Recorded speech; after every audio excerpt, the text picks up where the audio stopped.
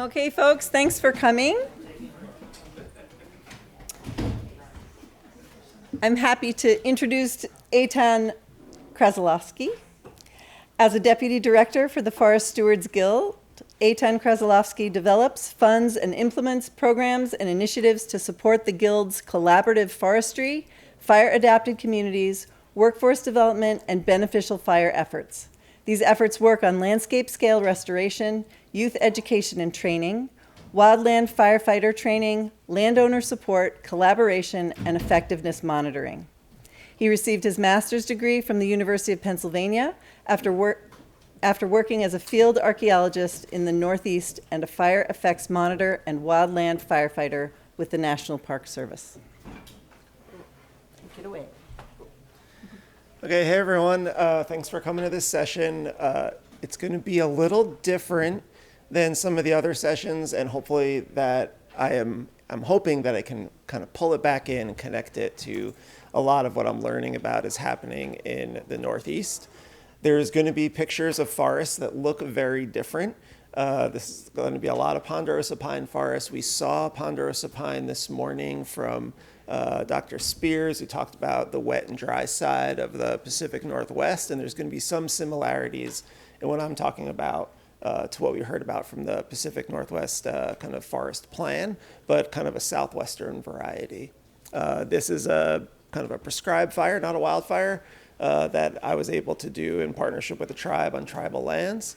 And most of what I'm going to talk about is culture change. A little more, Mike? Okay.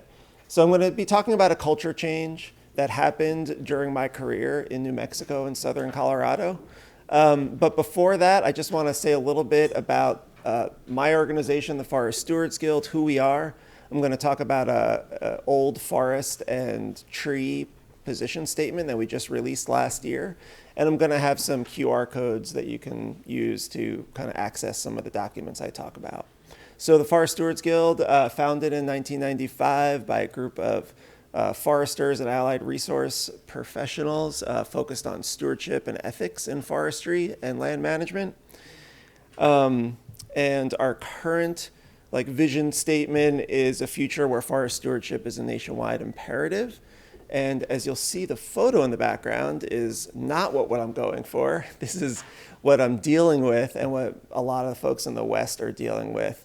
This is a picture from same tribal reservation lands, but they didn't do prescribed fire in this section of their lands, and they had repeat high-intensity wildfires. And then, if anyone was next door earlier at Dr. Keaton's talk, the stream impacts are pretty dramatic. And so, just a little bit about the position statement we developed. So as many of you know, there was an executive order under the prior administration. I'm going to show some slides about the threats to our forests that came out of that research. And then as an organization, we have a membership and policy council. That membership and policy council developed our position statement on the stewardship of old forests and trees. And you can kind of check it out there. And I probably didn't do it justice by boiling it down to 4 points, but you can see that this is like the highlights through my lens about what that position statement emphasizes. And of course, the background is a photo I took on a prescribed burn in New Mexico where we're doing fire to stop the fire from the previous screen. Okay, so just a look at that 2023 report across the whole nation. There are threats to our forests, and particularly old growth forests. We have heat as a threat, and you can see that on the right, heat is increasing as we get to the end of the century. So that makes it harder for trees to grow, persist, and to grow old if they're not old yet, or to continue to have a long life. People talk about drought here. I have been hearing people tell me about the drought. Then it rained yesterday, but I've been living in New Mexico kind of through this like 20-year drought, and it's kind of real, and it's hard for tall trees to get water, and it's hard for them to push that water up to the canopy. So we have a lot of tree mortality and also a lot of top dieback of our trees. And then, of course, fire. So at some point, we're going to burn some of all the fuel in our forests, the standing and dead organic matter, but probably not for another 120 years. So we have a lot of fire in our future. And what I'm going to talk about is, a new paper just came out last week. It's a little bit more doom and gloom that old growth forests are additionally at risk of wildfire out in the dry West. And here's just like the takeaways that I thought were important from that recent paper. So that's just a little bit of like big picture stuff, and I thought it was good to look at a map of the whole country and kind of for everyone to see kind of all that like bleeding red pixels from the West to kind of get context. So I'm going to talk a little bit about a culture change. So in New Mexico, like many states in the West, there was a lot of timber harvesting, a lot of unregulated harvesting that happened, and then a lot of harvesting that was pretty intensive through the post-World War II era. You heard about the northern spotted owl in New Mexico. We had the Mexican spotted owl, and the timber wars of the 1990s that locked up the forests, not only to logging, but also to communities, traditional communities, collecting firewood and building materials. And so the public uproar at the impacts of the Mexican spotted owl injunction were pretty severe. And you go to rural New Mexico today, people will tell you about that and how it impacted them and their families. So that was a classic like environmental clash between extraction and conservation.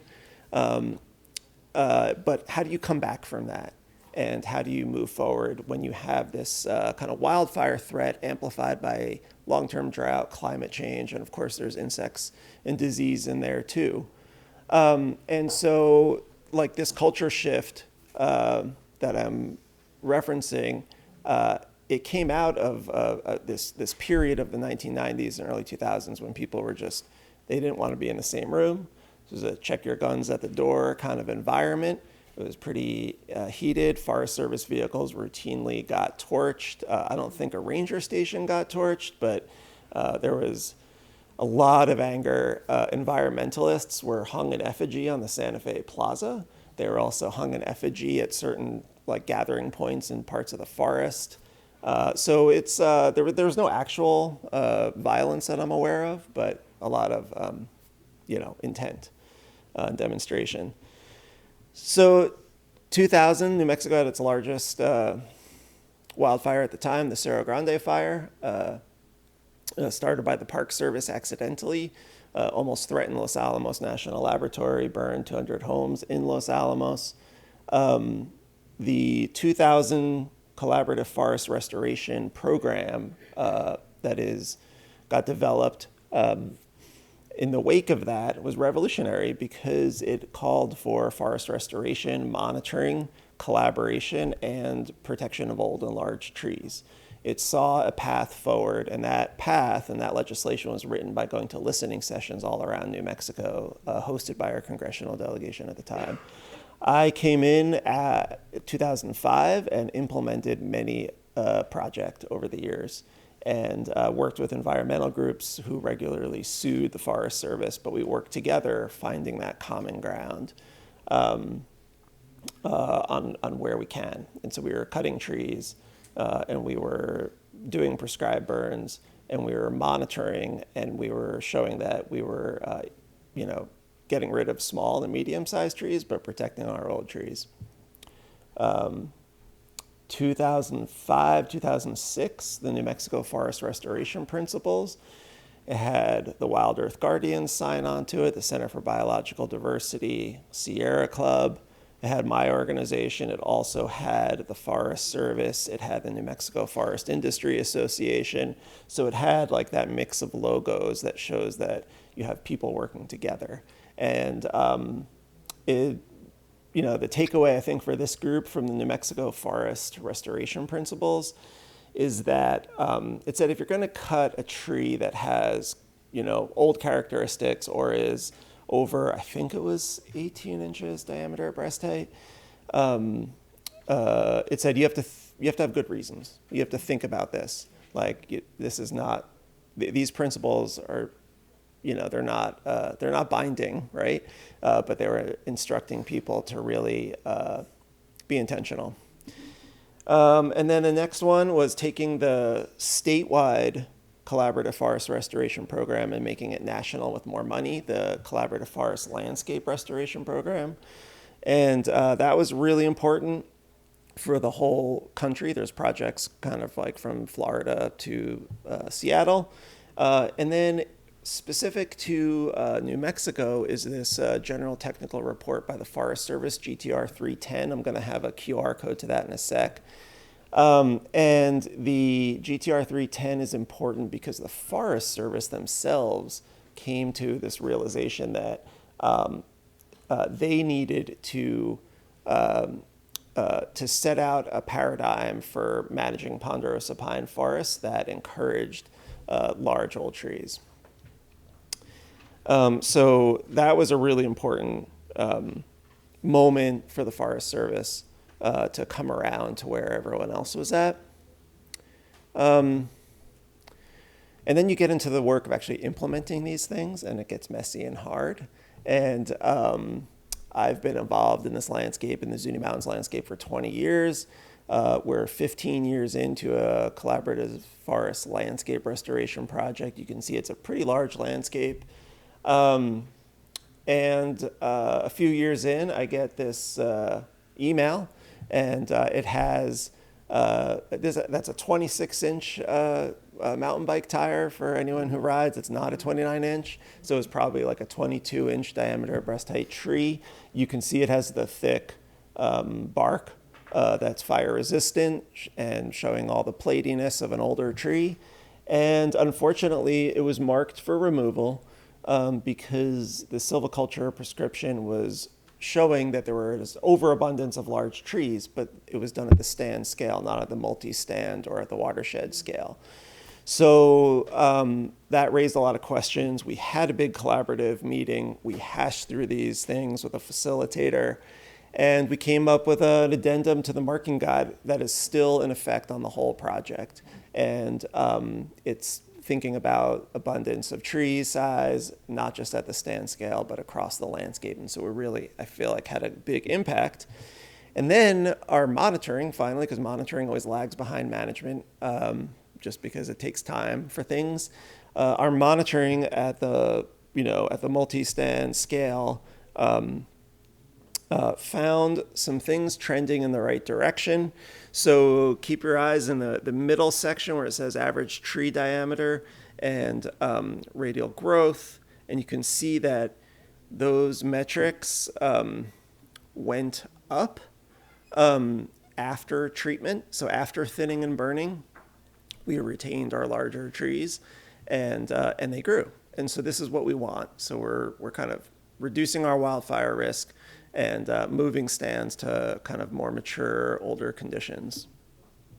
And a report came out 2 years ago looking at the CFLR program broadly across the whole country. It's about 40 projects spanning millions of acres, and it's kind of finding the same thing, that as a program and as a country, we know how to kind of have a positive impact on the landscape through active management while also kind of protecting our older forest conditions and even encouraging them to be better. Some of you may look at this and see some shocking treatment lines here. I'll tell you a little about this, but what about the culture shift off of public lands?